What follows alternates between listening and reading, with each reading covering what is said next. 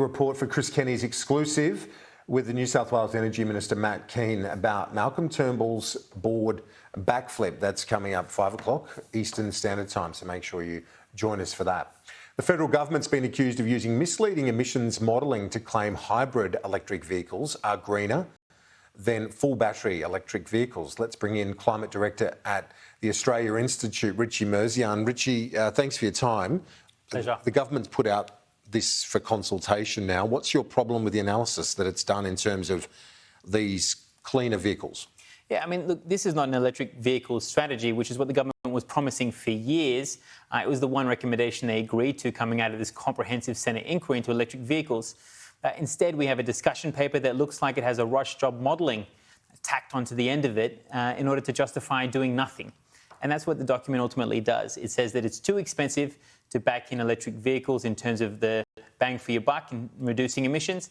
Hybrids are a little bit better, but really we're just going to do very little. And it didn't factor in a cleaner electricity sector. It didn't factor in the fact that a lot of EV users charge their own cars using their solar panels. It didn't factor in a whole variety of things that they could have if they were really interested in backing in electric vehicles. The government says that it's put out this discussion paper and that it closed basically April 2. It's open to other ideas and contributions. Do you welcome that, the fact that the government is open to input from yourself and others when it comes to developing this EV strategy? Yeah. Oh, look, we're delighted that we can finally talk about electric vehicles, right? 2 years ago, they were being mocked and demonised, that they would kill the weekend. You couldn't tow your caravan to the parks or to the beach. And so it's great that we can actually talk about electric vehicles and have a sensible discussion. But to do that, it needs to be based on facts.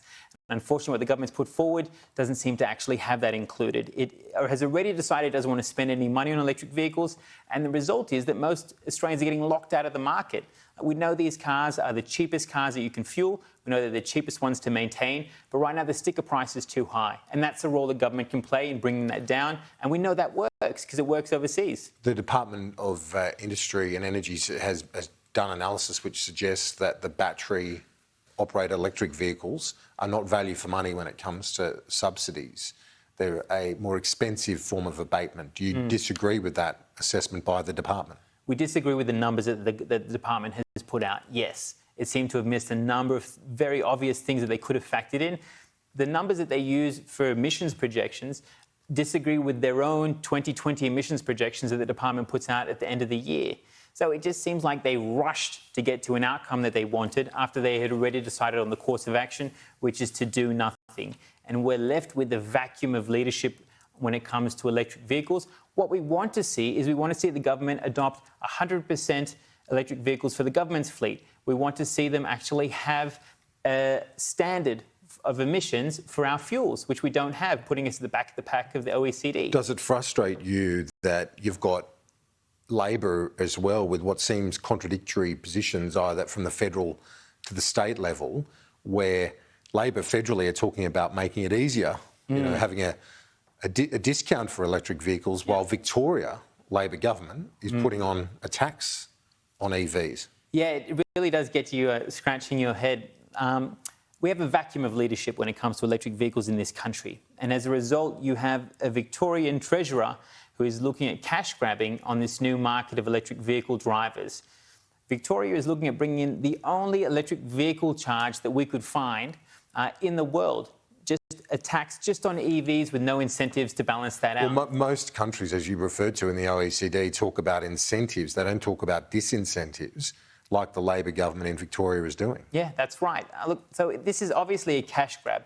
A new market is seen, which is electric vehicle drivers, and the Victorian Treasurer seems intent on doing whatever he can to grab that cash.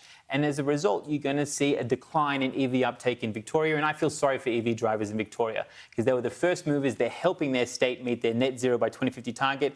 And their reward from the Victorian government is to actually be taxed. Richie Merzian, Director of the Australia Institute's Climate and Energy Program. Thanks. Talk to you soon. Stay with us.